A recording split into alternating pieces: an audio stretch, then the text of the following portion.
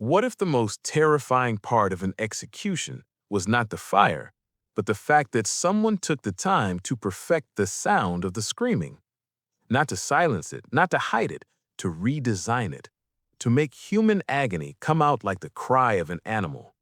If that sounds too twisted to be real, that is exactly why the Brazen Bull still haunts history. Because this was not just a method of killing, it was, at least in the ancient telling, a machine built for spectacle, a hollow bronze bull large enough to fit a person inside. Once the victim was locked in, a fire would be lit beneath the metal body. The bronze would heat slowly, the person inside would roast alive.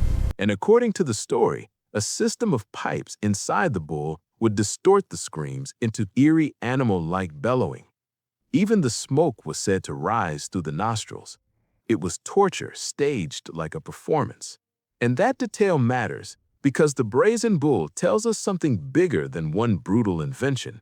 It shows the moment cruelty stops being practical and becomes theatrical. This was not simply about punishment, it was about power performing itself. It was a ruler sending a message so horrifying that nobody who saw it or even heard about it could ever forget who was in control.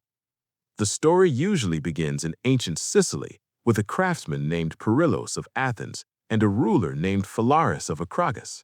Phalaris, according to later accounts, designed the bull and presented it to Perillos as a masterpiece of fear. Phalaris, meanwhile, entered history with the reputation of a tyrant. Maybe some of that reputation was exaggerated. Ancient rulers were often made into monsters by later writers. But that uncertainty does not weaken the story, it strengthens it. Because whether every detail is true or not, the Brazen Bull reflects the kind of power people believed existed behind the throne. Then comes the twist that made this story immortal. Once the bull was finished, Phalaris supposedly ordered Perillos to climb inside and demonstrate how the sound mechanism worked. In some versions, the fire was lit while he was still trapped within it. In others, he was dragged out before dying and then executed separately. But the point never changes.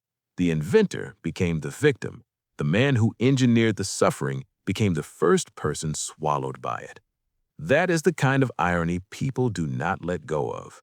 And the story sharpens even further with the claim that Phalaris himself was eventually killed inside the same bull.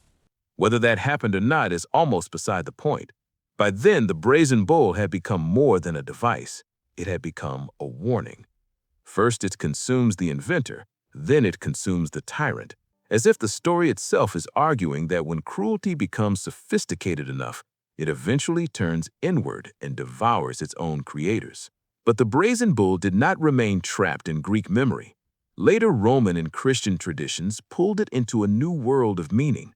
Some accounts link it to the deaths of martyrs like Saint Eustachius and Saint Antipas, transforming the bull from a symbol of tyranny into a stage for faith under persecution. In those stories, the machine still represents imperial violence, but now it also becomes proof of endurance, sacrifice, and spiritual defiance.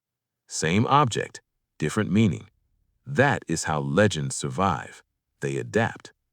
And this is where history becomes uncomfortable, because the Brazen Bull sits in that uneasy space between documented fact and cultural myth. Ancient sources mention it, later religious traditions amplify it. Modern historians remain cautious. Some details may be true, others may have grown with each retelling, sharpened by politics, fear, and moral storytelling. But maybe that is exactly why the story endured. Facts inform us, symbols stay with us.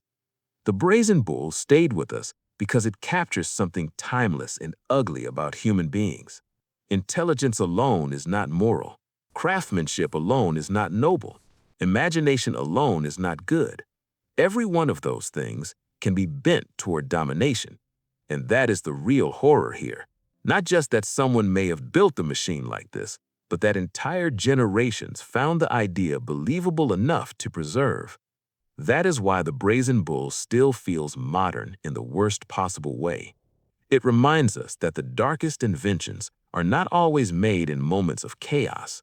Sometimes they're made carefully, creatively, and with full attention to detail.